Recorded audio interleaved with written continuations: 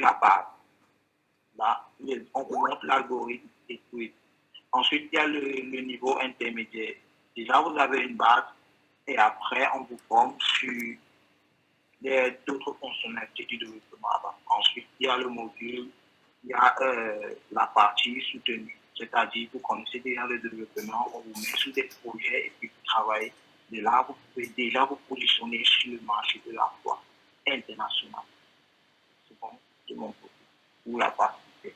Voilà en gros ce qu'il y avait à dire dessus.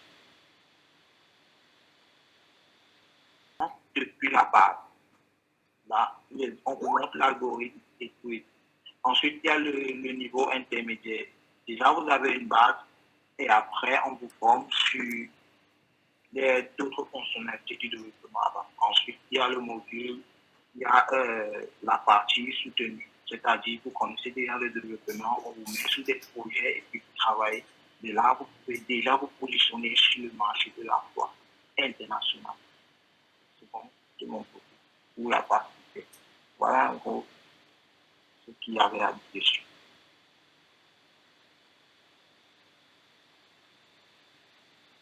Ok, merci aux différents consultants SAP pour la présentation.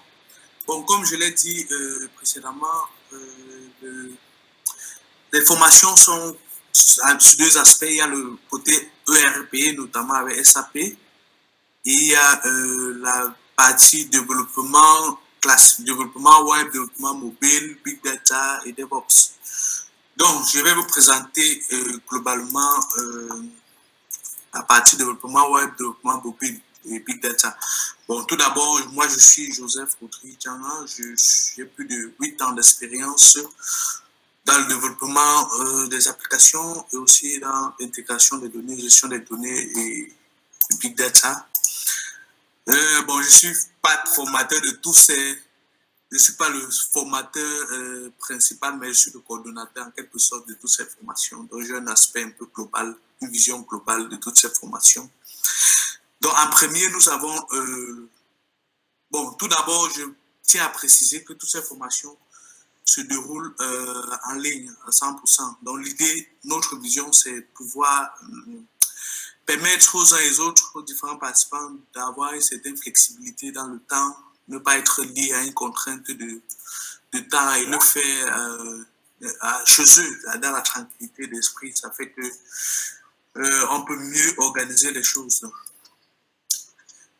Nous avons en premier lieu le développement web. Bon, développement web, c'est un peu global parce qu'il y a développement web Java ou Java EE. Bon, le nouveau nom qui est Jakarta EE, bon, qui n'est pas très utilisé. Donc, c'est pour ça que parfois, on préfère utiliser JEE. Ensuite, on a PHP. Bon, il y a d'abord, je tiens à préciser qu'il y a la formation d'abord sur les langages. Ensuite, il y a la formation sur les frameworks. Donc, parce que pour connaître le langage, c'est toujours le framework, pardon, c'est toujours important et primordial même de mieux maîtriser le langage, parce que le framework, c'est juste un ensemble de best practices et d'outils qui permettent d'organisation, qui permettent de simplifier le développement en utilisant les langages de base. Donc, nous formons dans le développement web en 3 langages. On a Java dans les nouvelles versions à partir de la version 8, 11 jusqu'à 13. On a du PHP, on a du Node.js. Bon, en termes de framework, pour du Java, on a du Spring. Bon, il y a Apache CSF comme base. Et PHP, on a du Symfony. Et JavaScript, on a du Node.js. Et la formation, en fait, c'est pour permettre de développer des API REST qui vont être utilisés dans les frameworks JS, notamment Angular, React.js, Vue.js. Et aussi, pour permettre, développement web, c'est un peu une sorte de formation full stack, donc qui permet aux développeurs de toucher un peu plus toutes les couches. Donc, c'est pour ça qu'elle paraît un peu plus longue que les autres, parce que là, on maîtrise un peu tous les aspects du back jusqu'au front, jusqu'à la mise en production et exploitation des applications. Donc, il y aura un peu du DevOps, vraiment du DevOps qui permet au développeur de pouvoir déployer lui-même ses applications, builder les images sur Docker, sur Jenkins, Sonar et autres. Et aussi, on s'est rendu compte quand même que c'est bien d'être développeur, mais c'est bien aussi d'avoir une méthodologie claire et précise pour le développement des applications. Et et respecter les standards internationaux, parce que vous allez vous rendre compte que dans les entreprises, la plupart des temps, on utilise une méthodologie bien précise, que ce soit du Agile, soit du Scrum, soit du Kanban. C'est pour nous aussi l'occasion donc de transmettre ça dans les différentes formations qu'on a définies.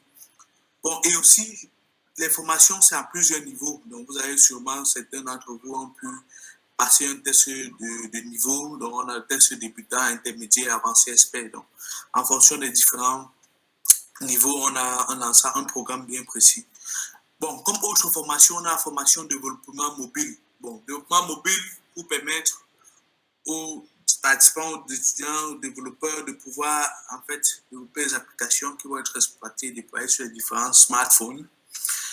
Et ces deux approches, il y a la première approche qui est l'approche native, donc qui permet de développer une application en fonction du système d'exploitation. Donc, si on veut que l'application qu'on développe soit sur les téléphones Android uniquement, on va utiliser par exemple du Java ou du Kotlin.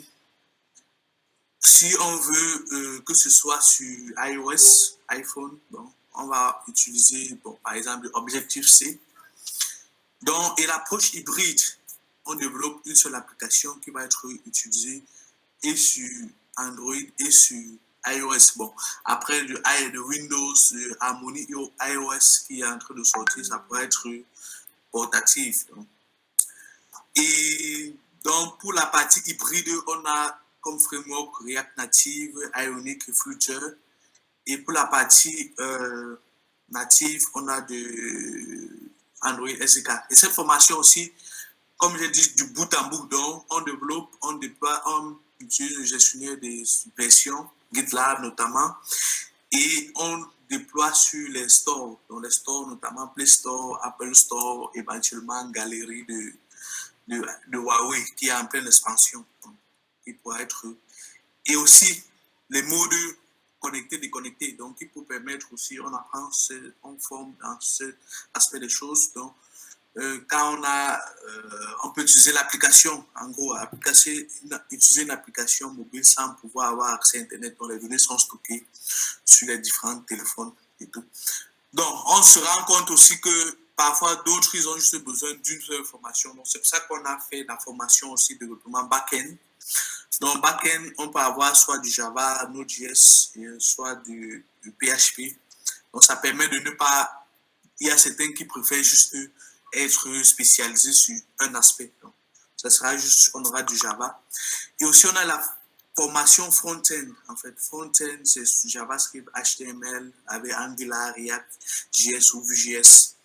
Et aussi, bon, dans toutes ces formations, on intègre un peu du DevOps. Donc, cette formation se veut vraiment productive, de telle sorte que au sortir de ces différentes formations, la personne soit capable de réaliser une application from scratch jusqu'à la mise en production et déploiement sur le cloud, soit de Amazon, soit du Google, IBM. Bon, après, ces termes peuvent être, mais c'est une vision globale. Bon, après, maintenant, il y a la formation Big Data Engineer, donc, qui permet aux différents participants de pouvoir manipuler des gros volumes de données. Donc, le Big Data, généralement, on commence à parler de Big Data à partir d'un traitement, une manipulation à partir de 5 Tera de données. Donc, tant que... Allô? Je sais pas si on m'entend. Oui, on vous écoute. Ok. Allez-y. Big Data, comme je disais, c'est 5 Tera de données minimum à exploiter. Donc, tant que ce n'est pas à 5 Tera, on ne va pas parler de Big Data parce que ces outils sont des outils utilisés, sont des outils qui consomment énormément de ressources, donc, et c'est fait pour manipuler un flot de données très important. Donc, après, pour le Big Data, il est toujours intéressant de comprendre le langage parce que le Big Data est un peu très exigeant en termes d'utilisation de ressources et de manipulation des ressources. Étant donné qu'on va manipuler des gros volumes de données, donc il se veut vraiment important, il est très important de maîtriser le cœur, le langage de base avant de maîtriser les frameworks. Parce que dans le Big Data, on va parler de streams, de parallélisation, de gestion de la mémoire, optimisation des ressources. Donc, parce que l'outil fait le traitement, mais après, le développeur a aussi quand même son rôle important à jouer. Donc, les outils sont du Spark, Hadoop, Kafka, Yarn, Ambari. Bon, il y a une panoplie, mais dans les différentes formations, on a détaillé un peu plus. Et comme dernière formation, on a des DevOps Engineers. Pour ce problème. J'étais en train de dire merci à Audrey pour cette brillante présentation. Nous allons faire la partie une vision globale des formations. Parce que ces formations, derrière ces formations, nous avons une grande vision et nous donnons la parole à Steve pour cette brillante présentation. Allô?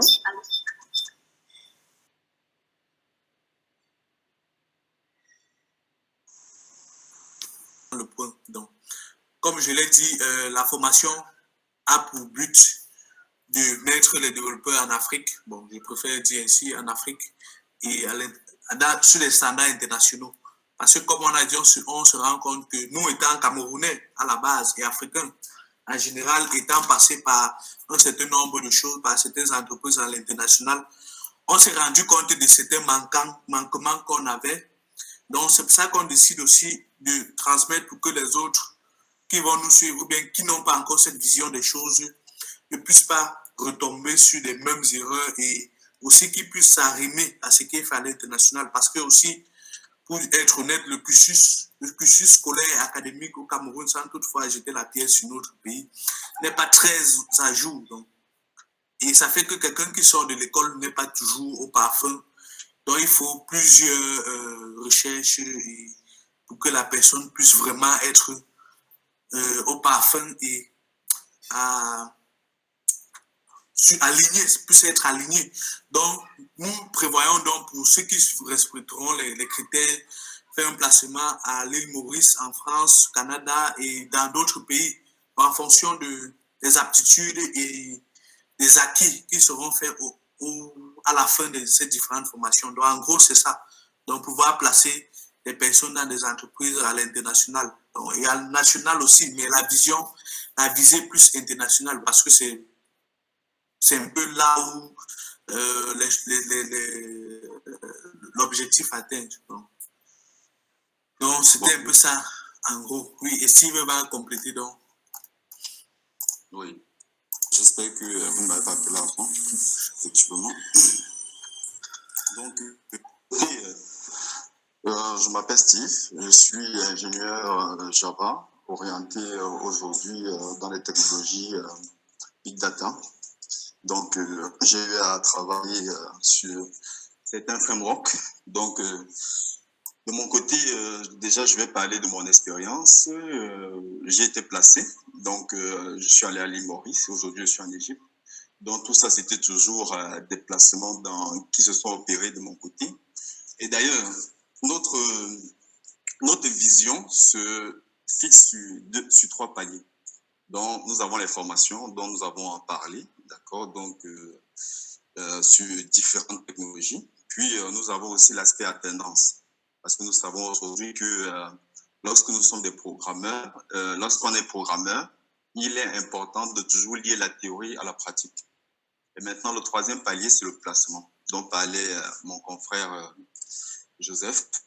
Donc, effectivement, la différence qui va s'opérer entre, par exemple, l'alternance et le stage, c'est juste sur le nombre d'heures de travail. D'accord? Donc, par rapport, par exemple, au stage, il faudrait bien que notre postulant, d'accord, accepte de travailler 40 heures par semaine. Donc, pourtant, en alternance, les plages horaires seront négociées selon la disponibilité. Donc, parce qu'effectivement, nous avons des étudiants qui sont actuellement, qui suivent des cours dans les différentes universités. Ceux-là peuvent faire des alternances et ceux qui ont déjà terminé leurs études, qui sont en attente d'un nouvel emploi, peuvent postuler de notre côté. Et d'ailleurs, nous avons fait publier certains postes actuellement par rapport à certains stages et certaines spécialités.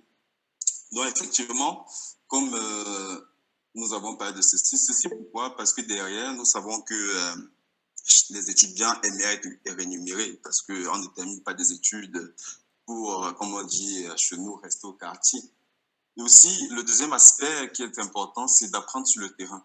Donc, ça veut dire le principal avantage, ce sera vraiment de lier la pratique à la théorie. Et pour cela, nous avons tout autour de nous des spécialistes dans leur domaine. Vous avez suivi nos experts, que ce soit SAP, mobile, le web développement et le big data, d'accord, qui sont là tout au cours de votre parcours, que ce soit la formation, l'alternance ou les stages. Donc, nous serons là tout au long de votre parcours avec la cerise sur le gâteau dans le placement. Le placement, déjà, nous avons un portefeuille qui est bien nourri des clients, des projets des clients, donc qui nous permet déjà de pouvoir assumer, de recruter de notre côté. Et d'une part aussi, nous avons chacun de nous qui sont actuellement des experts. Nous sommes quittés du Cameroun dans des universités publiques ou privées. Et aujourd'hui, nous sommes dans des pays étrangers. Et cela s'est fait par rapport à notre parcours. Et cela nous a donné certaines expériences. Donc aujourd'hui, nous pouvons dire que nous pouvons placer nos étudiants aujourd'hui dans différents pays, que ce soit au Cameroun, à l'étranger, déjà l'île Maurice. Nous avons vraiment beaucoup de partenaires de ce côté, des entreprises internationales respectables, et aussi au Canada, en France, et même en Europe centrale, comme le Luxembourg, la Norvège, Malte, l'île de Malte, qui est aussi un très beau, très bel endroit. Et aussi, nous encourageons aussi nos étudiants à être bilingues. Donc, aussi à côté, nous avons pensé que effectivement, nous pourrons aussi appuyer les étudiants à peaufiner leur anglais parlé ou écrit. Donc, c'est ça un peu ce que je peux vous dire sur le placement, d'accord? Et nous pouvons aussi terminer par les contrats. Donc, chaque fois que nous aurons affaire à un étudiant, d'accord, dans ces différents processus, nous offrons des contrats pour que nous soyons vraiment dans l'éthique professionnelle de notre métier. D'accord, donc je vais laisser mes confrères continuer. Si vous avez des questions, donc vous pouvez les noter pour la fin. Merci.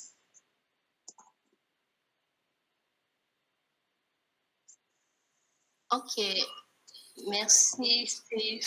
Et j'espère que nos participants ont bien écouté le déroulement de toutes les présentations. Actuellement, nous allons laisser la parole à tous ceux qui sont présents sur la plateforme afin qu'ils puissent s'exprimer. Donc, si vous avez des questions ou bien des incompréhensions, c'est le moment pour vous de vous exprimer afin que l'un de nos experts puisse vous éclairer. Merci. Oui, alors la question n'est pas peut-être directement la même. Je reçois des questions de certains candidats et personnes intéressées qui voudraient savoir si au cours de la formation, vu qu'elle se passe en ligne, est-ce que ils auront des mentors pour les conduire ou alors c'est des formations self-paced où chacun est responsable de lui-même et de son parcours. Oui, bon, c'est vrai que c'est un aspect qu'on n'a pas détaillé, on s'est un peu trop focalisé sur. Il y avait les avantages. Normalement, le programme prévoit un self-branding. Donc, aider la personne à avoir un profil qui lui permet d'être internationalement reconnu. Ça, c'est de 1.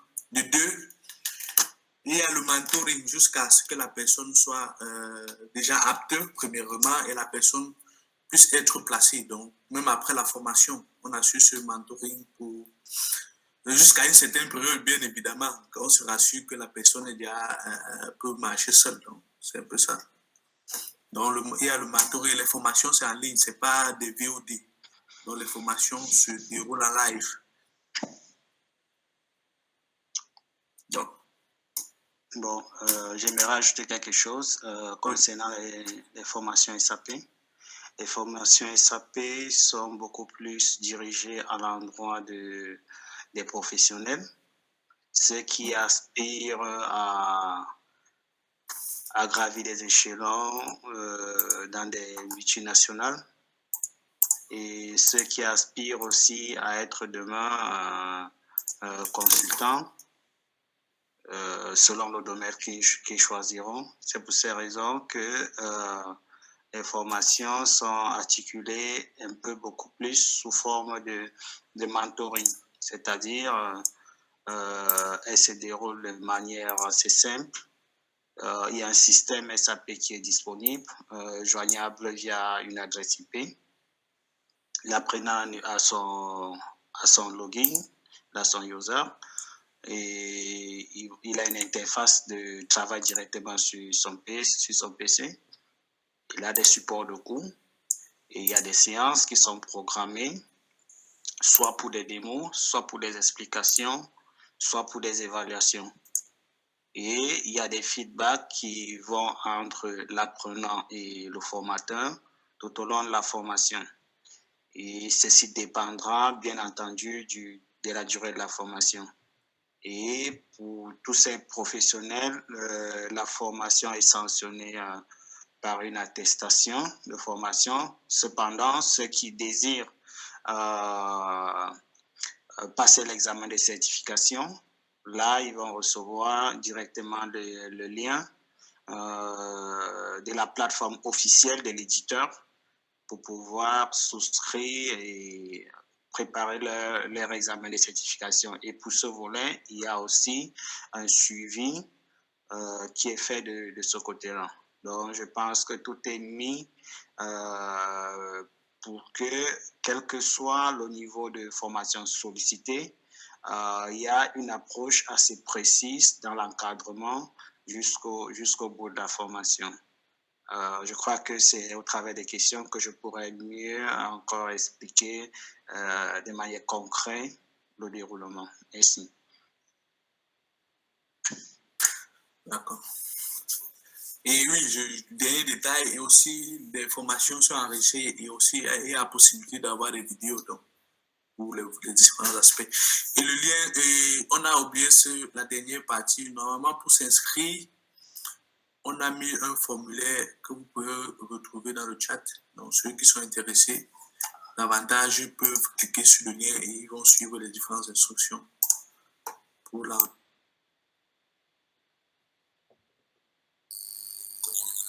Bonsoir à tous.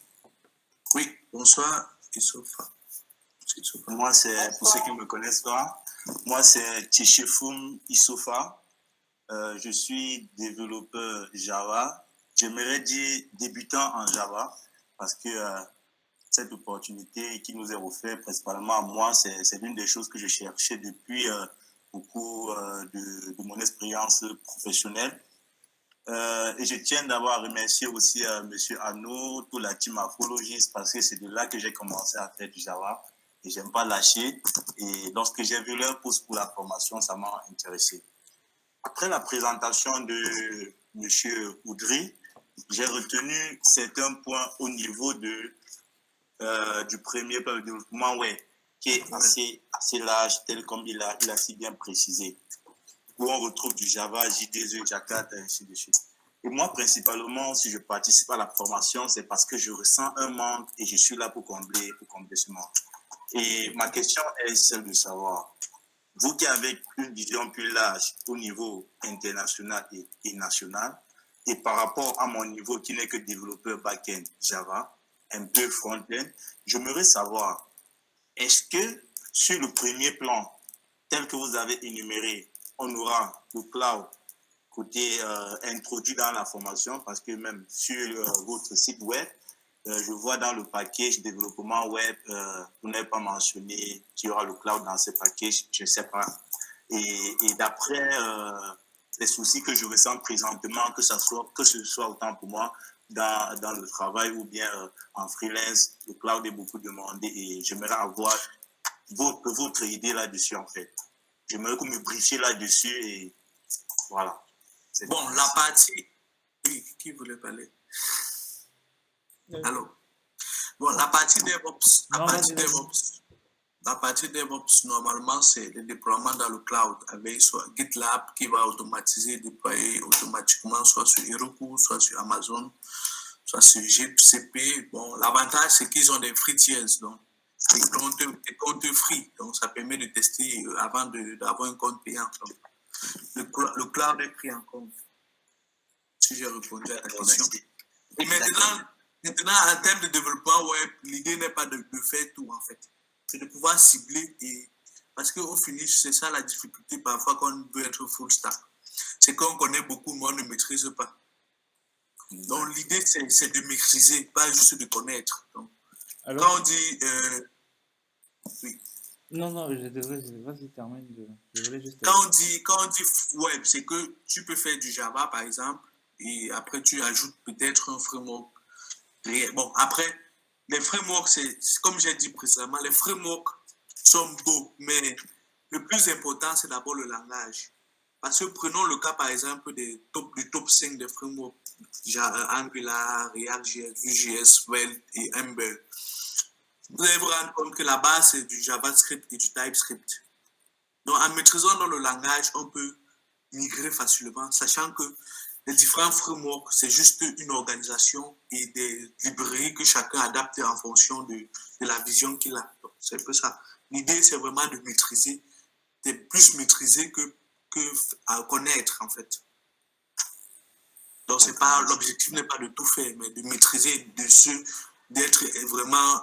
parce que la formation aussi, l'idée, c'est chaque développeur d'avoir des projets qu'il a réalisés, donc avoir un compte, par exemple, GitHub ou bien GitLab, qui peut démontrer les projets pratiques. Parce que de nos jours, les recrutements pour un développeur, le CV compte un peu moins que les projets qu'il a réalisés. Or, juste mettre sur un CV que j'ai des projets que j'ai réalisés, c'est pas pertinent. Alors que si on montre, par exemple, un GitLab ou un GitHub, que voici les projets qu'on a réalisés, c'est plus parlant. Et étant donné que le marché est ouvert, mais il est aussi assez concurrentiel. Donc, il faut donc s'aligner sur certains aspects. Okay, D'accord, mais donc, Arnaud va compléter. Non, je voulais juste revenir un peu sur pour aller un peu dans le même sens que toi, en apportant une petite précision pour Youssoufa. Youssouf. Il y a deux parcours. Faire la différence entre le parcours DevOps Engineer, le parcours DevOps Engineer et les différents parcours du Dev Web, comme le Dev Web ou le développeur Java.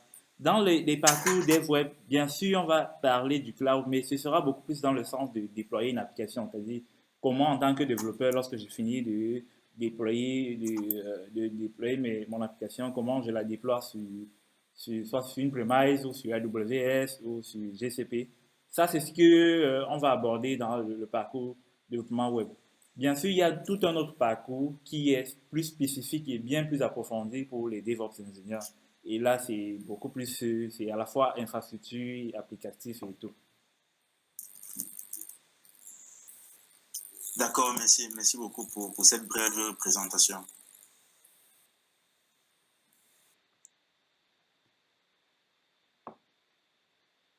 Allô? Si nous n'avons plus de questions, nous allons devoir clôturer. Est-ce que quelqu'un a encore une question? Une incompréhension? Oui, bonsoir. Bonsoir, monsieur Raoult. Je vais rebondir au niveau du Big Data pour plus de précision. En fait, parce que je viens d'avoir ma licence et ma vision était vers cette orientation-là. Donc, du coup, je suis plus captivé par ce module de Big Data. J'aimerais donc savoir si à ce niveau, c'est également subdivisé en 3 niveaux comme le développement web où il y avait débutant, intermédiaire et expert. Oui, toutes les formations en fait. On va nous prendre à la racine et nous propulser en fait. Oui, c'est pour ça qu'avant de chaque formation, on fait un petit test au moins pour jauger le niveau. Après, il faut que celui qui prenne le test soit honnête, donc pas fouiller les réponses sur Internet parce que ça risque de biaiser. Donc on fait un petit test pour évaluer en fonction des éléments et des réponses, on peut estimer le niveau de la personne. Donc c'est toutes les formations, c'est par niveau, débutant, intermédiaire, jusqu'à expertise. Ok, merci bien. Si le responsable de cette data-là est présent et qu'il peut un peu étayer les couches de niveau, c'est-à-dire le débutant, qu'est-ce qu'il prend à la base, qu'est-ce qu'on essaie comme pas, et comment est-ce que ça évolue. Bon, en gros, le débutant, d'abord, il faut comprendre ce que c'est que le big data, pourquoi le big data et les champs d'application. Parce que parfois on parle de big data, mais en fait c'est un concept avant d'être c'est un concept qui a sous plusieurs orientations en fait. Donc, quels sont les enjeux du big data? Ensuite, on va parler de différents outils. Donc, bon, il y a une panoplie d'outils, mais les outils les plus importants, c'est du Adobe, du Spark, du Kafka, du Nifi, du Peak. Donc, ces différents outils. Et après, il y a aussi le langage. Le langage qui est très important, comme je l'ai dit, je ne sais pas si vous dites, en fait, pour être un bon ingénieur, parce qu'il y a aussi plusieurs, dans le big data, il y a analyste, business analyst, bon, business intelligent, qui fait aussi un peu partie du big data. Mais ce que nous on propose, c'est business intelligence, informatique décisionnelle, pardon, et ingénieur data. Donc, l'ingénieur data, lui, il manipule plus les données. Or, le business analyst, bon, informatique décisionnelle, pardon, lui, il fait de la restitution des données, transformation et affichage sous forme de graphique. Il interprète, en fait. Voilà, il interprète. Donc, le data, lui, va juste créer un data warehouse, un entrepôt de données pour ingérer les données qui vont être exploitées donc, par le business analyste. Donc, comme je disais, il y a donc, après toutes ces formations, il y a toujours du DevOps, parce que l'idée, comme je l'ai dit, c'est de rendre des personnes, les développeurs, les participants autonomes, donc, qui puissent partir du développement jusqu'à la mise en production et mise en exploitation. Donc, et des langages, bon, après, il y a les langages qui vont être un peu brossés, du Python, du Java, du Scala, les langages usuels, le Big Data, le Java, du Python, du Scala. Donc, après, s'il veut, il peut s'inscrire peut-être sur le front pour mieux, après avoir manipulé ces données, peut donc transformer ça en graphique, interpréter les données. C'est ça. Je ne sais pas si j'ai répondu à votre question. Ah, ok. Ça, je dirais que vous avez donc anticipé sur ma lacune en fait, parce que là, je ne voyais pas, je ne percevais pas la différence entre le big data et l'informatique décisionnelle, parce que j'ai pris des renseignements sur l'université où ils ont une filière qu'ils appellent le système informatique et aide à la décision. Et je crois que ça rejoint le BI dont vous avez parlé. Oui, en fait, il y a plusieurs. Donc, il y a Big Data, qui en fait, c'est parfois un confort. C'est un concept global. Maintenant, il y a un Data Engineer, Business Analyst, Data Scientist.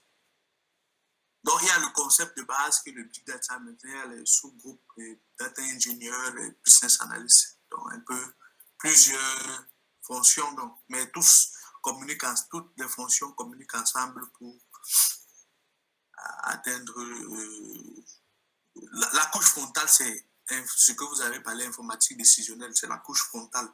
Mais le data ingénieur, lui, n'est pas frontal. Il manipule juste les données, crée les données qui vont être exploitées interprétées par le business analyst. Donc, n'hésitez pas à poser des questions. Ça nous permettra vraiment d'éclaircir vos points et vos inquiétudes. Donc, posez toutes les questions. Nous sommes... Allô? Allô? Oui, bonsoir. Bonsoir. Ouais, je m'excuse, j'ai pris la conférence en retard et j'ai quelques interrogations. Bon, je suis beaucoup plus intéressé par le volet SAP. D'accord. Oui.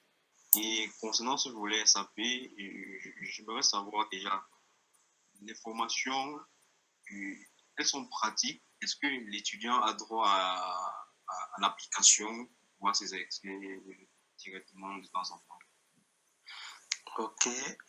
Pour répondre à votre question, la formation est à 85% pratique. 85% pratique parce que l'idée pour vous n'est pas venir d'apprendre les process. Ok. L'idée pour vous est d'être capable de manipuler l'outil. Du coup, d'entrée de jeu, j'ai dit que l'apprenant aura sur sa machine une interface graphique qu'il va télécharger via une adresse IP. Il va recevoir un login, son mot de passe, ou pourra être connecté H24 durant la formation. Donc, c'est essentiellement pratique. Et j'ai bien précisé que, hormis des supports de cours et autres, il y a du mentoring qui est fait même hors des séances. C'est-à-dire, pendant des exercices, tu peux avoir un blocage. Au lieu d'attendre la prochaine séance, tu peux faire un mail et avoir une réponse dans les 24 heures pour pouvoir avancer. Donc, c'est une formation essentiellement pratique. Et il a noté que à la fin de la formation, si vous voulez continuer à son système, ça c'est une autre offre qui vous sera faite, parce que je tiens à préciser que les serveurs sur lesquels nous travaillons en ce moment, ce sont des serveurs qui déjà sont pour Cameroun, donc du coup l'accès n'est pas limité n'est pas associé aux coupures d'énergie. Donc, à 99% des cas, nous avons toujours la disponibilité du système.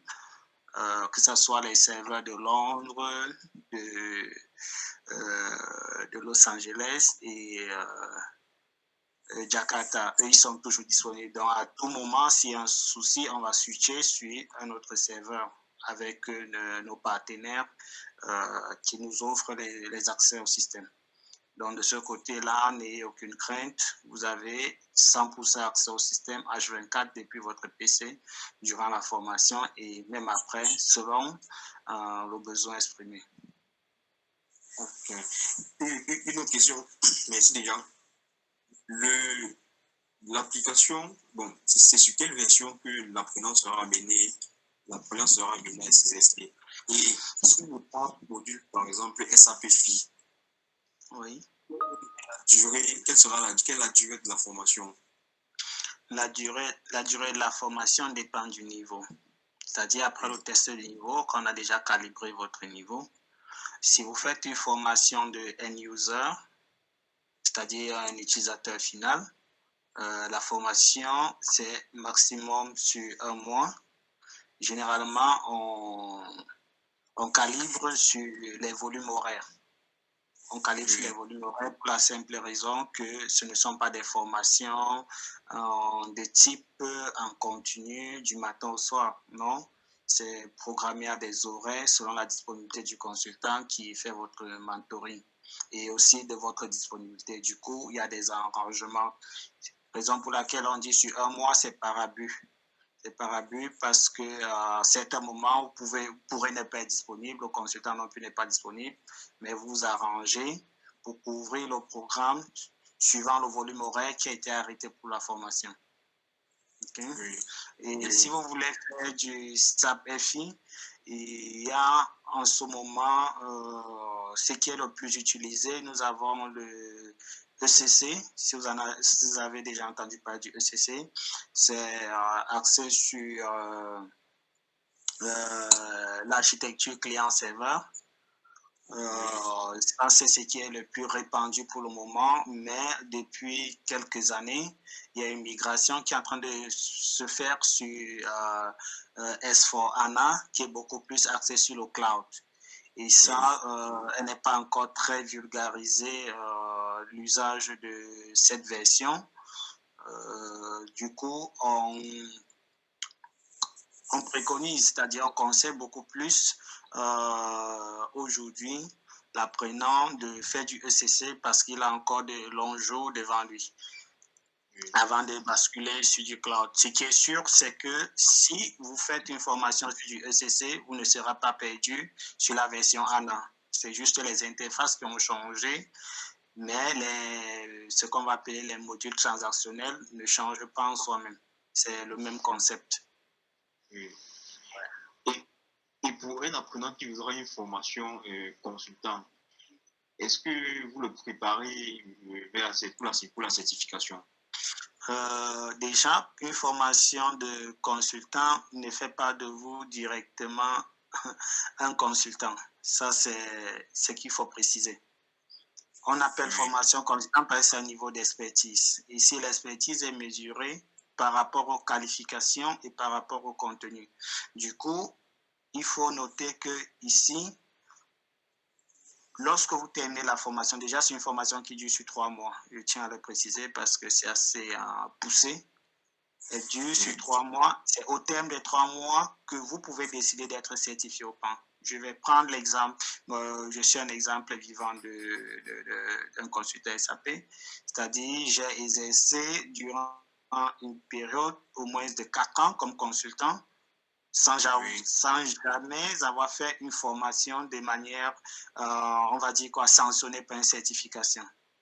Et sur les projets, je n'étais pas moins compétent que celui qui était certifié. Et celui qui était certifié, un nouveau certifié avait même plus de difficultés pour la simple raison que lui, il était beaucoup plus axé sur de la théorie. Et moi, j'ai commencé beaucoup plus dans le volet pratique.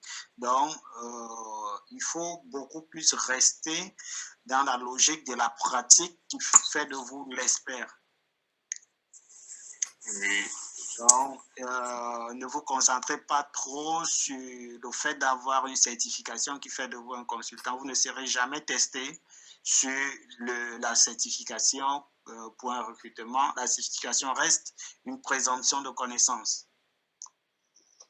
Ça va rester la présomption de connaissance. Donc, au thème de la formation niveau expert, qui s'apparente à la formation consultant, il y a une préparation autre pour passer l'examen de certification.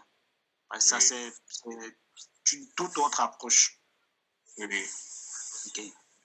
Je pense savoir si ce n'est pas clair, vous pouvez repréciser la question. Bon, je pense que c'est clair, clair. Donc, je posais juste la question parce que j'exerce déjà sur d'autres logiciels comme consultant, je voulais juste avoir une éclaircissement là-dessus. Et là, déjà, je voulais savoir au niveau de la problématique liée au cours, ça se débat ici ou ça se débat en Europe? Vous allez tout simplement sur le lien, sur le site d'Afrologis, il y a un formulaire à remplir, vous remplissez le formulaire et dans le formulaire, il y a un champ où vous sollicitez une entrevue.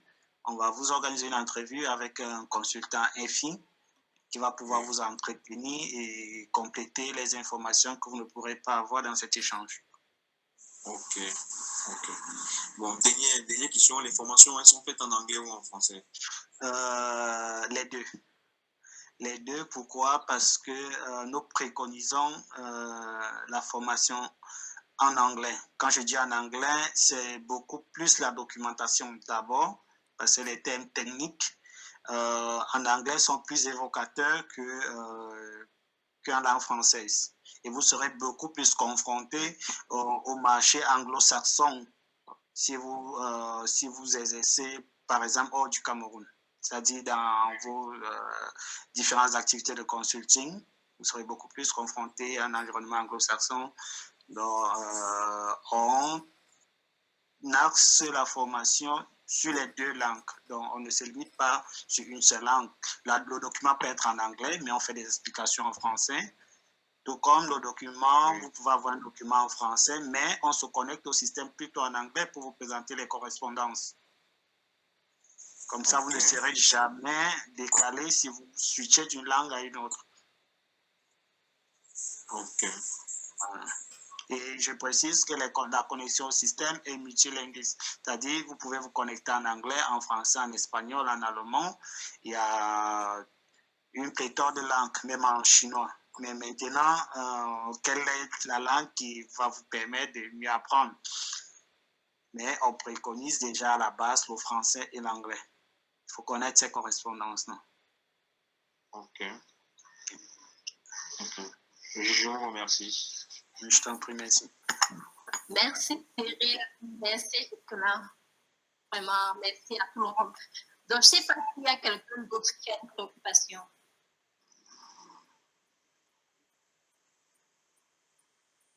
Tout est clair pour tout le monde? Ok, je pense que c'est certainement le moment de nous séparer. Si tout a été dit, tout a été compris. Ok, il y a Florent qui demande les horaires des formations. Donc, je passe la parole à Cyril et à Audrey. Bon, pour les horaires, non, plus c'est développeur. Pour les horaires, normalement, c'est adaptable en fonction des niveaux, en fait. Donc, avant chaque début de formation, on aura une session avec les différents inscrits pour arrêter. Mais en gros, c'est le week-end et en semaine. Pas trop le week-end, c'est pas trop en semaine, mais on va être peu axé pour que les uns et les autres soient plus, ce soit plus flexible, en fait. Que ce soit plus flexible. Oui, bonsoir à tous. Bonsoir. Bonsoir, Joanne. Oui, en fait, moi, j'aimerais m'orienter plus dans la création des logiciels et des applications. C'est vraiment ce qui m'intéresse. Oui, bon, il y a deux types d'applications, application web et application mobile. Quel type d'application vous voulez ou bien Justement, vous voulez? les deux. D'accord. En fait, il faudrait prendre la formation web et mobile. Vous inscrivez pour les formations de développement web et développement mobile. On a voulu séparer. Deux formations, c'est ça. Oui, on a voulu séparer pour éviter de saturer, mais dans les formations de développement web, vous n'êtes pas obligé de suivre tout le cursus. Soit vous prenez développeur back-end, ça vous fait être juste un back-end qui permet de développer les applications. Après, vous prenez une autre partie de développement mobile. D'accord. Et là encore, les prix, ça fait 2 fois plus de paye, c'est ça? Bien. Non, si vous équilibrez, ça sera la même chose que vous avez pris une seule complète. Ah, d'accord. Merci. L'idée n'est pas de faire tout, c'est ça, parce que normalement on peut mettre développement web et mobile ensemble, mais ça va prendre énormément de temps et après, ça ne sera pas utile pour l'apprenant. Oui, justement, je veux pouvoir des cours complets, genre pour pouvoir me lancer directement dans ce que j'aimerais faire. Quoi. Oui. Merci. Et après, vous pouvez vous inscrire, on peut vous mieux en discuter sur votre besoin. Et aussi, je me suis inscrit. D'accord, on va vous recontacter pour évaluer aussi le profil et mieux vous orienter éventuellement. D'accord, merci à vous. Ok. S'il vous plaît. Oui, c'est du ça. Oui. Okay. Bon, vos différentes formations, elles sont à la demande ou il y a, je vais dire quoi, est-ce qu'il y a des rentrées, est-ce qu'il y a des sessions de formation globale? Pour SAP, c'est à la demande. Non, je parle pour les autres. Les autres, la prochaine rentrée, c'est septembre. On est encore au milieu de septembre, d'ici quelques jours. Ah, ok. Ok, merci. Ok. Bon, les autres, pas tout, juste le développement web. Il faut bien préciser, c'est pas. Et Java, J2E. Oui, Java, J2E, oui. Mais les autres DevOps et tous vont être lancés en octobre. Mobile et DevOps et Big Data. Ok.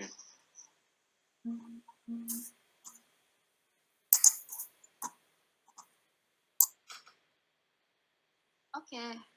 Je pense qu'on s'est tout dit là. Ou bien, bon, si nous sommes tous dit, nous remercions toute l'équipe de SAP, toute l'équipe d'Afrologix, tous nos participants, tous ceux qui ont bien pris de leur temps pour participer à ce workshop. Nous vous remercions pour votre brillante participation et rendez-vous lors des formations et sur nos différents sites internet. Donc, vous avez le lien d'inscription joint juste à la page de chat. Donc, vous pouvez consulter et vous inscrire et poser toutes vos questions. Toutes vos questions autant que moi. Donc, je vous remercie. Bonne soirée, bon dimanche et bon début de semaine à vous tous. Merci. Merci Au revoir, Alexis. samedi. Merci à tous. Au revoir. Bye. Merci.